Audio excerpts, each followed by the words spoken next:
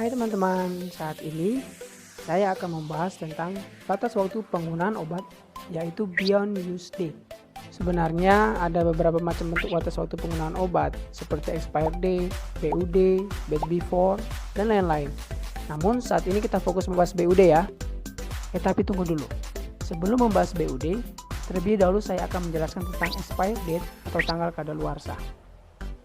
Tentu teman-teman banyak yang sudah mendengar, bahkan tahu tentang istilah expired date atau tanggal kadaluarsa. Expired date biasanya tercantum pada kemasan produk yang dikonsumsi seperti makanan, minuman, obat, dan lain-lain. Untuk produk obat, expired date adalah batas waktu penggunaan produk obat setelah diproduksi oleh pabrik farmasi sebelum kemasannya dibuka. Jadi, kalau kemasannya dibuka, gimana dong? Jadi gini teman-teman, jika kemasan produk obat dibuka, maka batas waktu penggunaan obat tersebut berubah, yang disebut beyond use date. Beyond use date adalah batas waktu penggunaan produk obat setelah diracik, disiapkan, atau setelah kemasan primernya dibuka atau dirusak. Kemasan primer di sini berarti kemasan yang langsung bersentuhan dengan bahan obat seperti botol, ampul, vial, blister, dan seterusnya. Berbeda dengan expired date, BUD biasanya tidak dicantumkan pada kemasan produk. Di sini saya menyediakan 3 contoh obat, yaitu obat sirup penurun demam, antibiotik sirup kering, dan salep dalam bentuk emulgel. Ketiga obat ini memiliki tanda kadaluarsa obat masing-masing. Expired date obat sirup yaitu tanggal 24 Juli 2021, sedangkan expired date sirup kering bulan 6 2021. Dan expired date salep yaitu tanggal 5 Juli 2021. Untuk mengetahui BUD dari 3 contoh obat ini seperti ini. Yang pertama, pada obat sirup, di mana saya menggunakan obat sirup penurun demam. Terlebih dahulu, cari informasi BUD obat tersebut dari kemasan atau website resmi dari pabrik pembuat obat tersebut.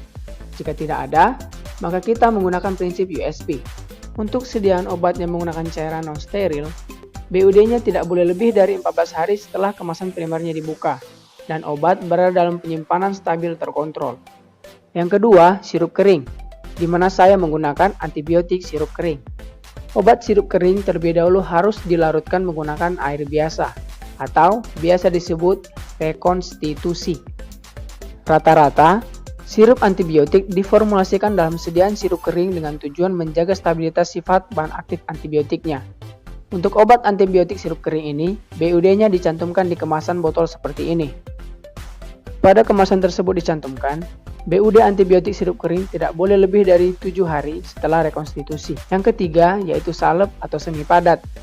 Pada obat salep, BUD-nya tidak dicantumkan pada kemasannya, sehingga kita menggunakan prinsip USP, yaitu sediaan non-steril semi padat, BUD-nya maksimal kurang dari 30 hari setelah kemasannya dibuka. Selain 3 sediaan obat yang saya jelaskan tadi, berikut ini beberapa contoh obat beserta BUD-nya.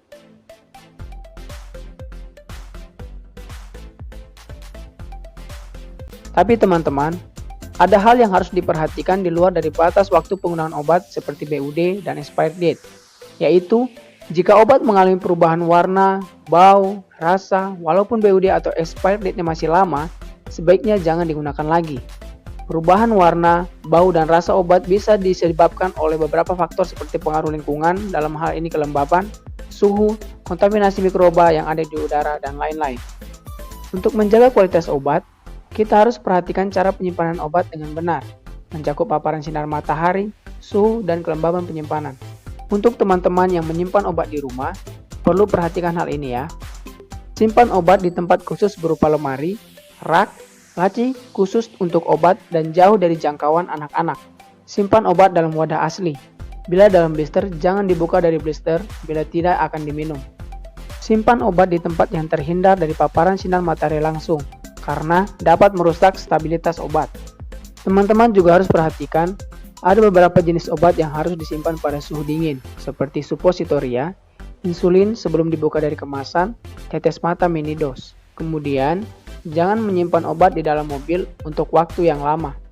Jangan meletakkan obat di atas barang elektronik yang bisa mengeluarkan panas, karena dapat merusak obat. Tetap perhatikan batas waktu penggunaan obat yang teman-teman simpan ya. Karena obat yang sudah melewati batas waktu penggunaan lebih baik dibuang dan jangan disimpan lagi. Oke teman-teman, hanya itu yang bisa saya sampaikan. Semoga bermanfaat. Tetap jaga kesehatan dan terima kasih sudah menonton video ini. Bye.